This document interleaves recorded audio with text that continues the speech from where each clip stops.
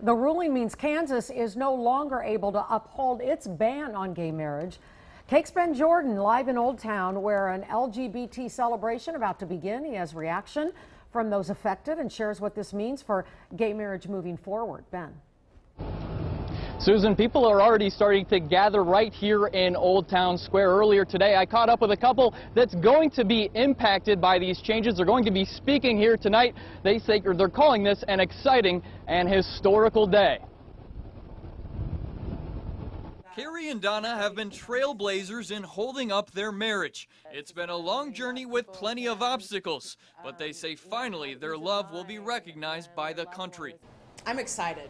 I mean, when the SCOTUS blog came through, it was elation. But the feeling of joy isn't mutual across Kansas. Governor Sam Brownback responded to the Supreme Court ruling by saying activist courts should not overrule the people of this state, who have clearly supported the Kansas Constitution's definition of marriage as being between one man and one woman. Carrie Wilkes of Equality Kansas says it's time for Brownback to get out of the way. This is not what Kansas wants. This is not what Kansas needs.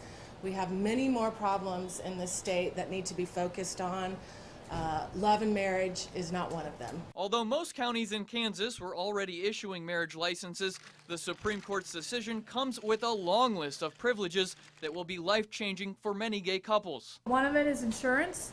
You know, we haven't been able to merge our house and our car insurance together because we're not legally married. They're going to allow the name changes for those that want to do it. Be forced to recognize a marriage that's already been performed in another state. While the celebration is on today, there are plenty of challenges for LGBT married couples. Today we are celebrating, and tomorrow we will go back to work. And this event starts at 5:45. Organizers are asking everyone to bring positive signs, as today is the celebration. We'll have a live update here coming up at 6. Reporting live in downtown Wichita, Ben Jordan, KAKE News. Thank you, Ben. We have a closer look at the timeline of the same-sex marriage debate here in Kansas. It was 2005 when Kansas voters passed a constitutional amendment banning same-sex marriage. The American Civil Liberties Union sued to overturn that ban, and that lawsuit included a Wichita couple. In November of 2014, a federal judge ordered Kansas to allow same-sex couples to marry. The state took the case to the Supreme Court, which ruled same-sex marriages could go ahead in Kansas. Judges in at least 4 counties began issuing marriage licenses that next day. The ACLU lawsuit on the gay marriage ban is still pending in federal court. Gay rights advocates are calling on the state to drop its defense of the ban.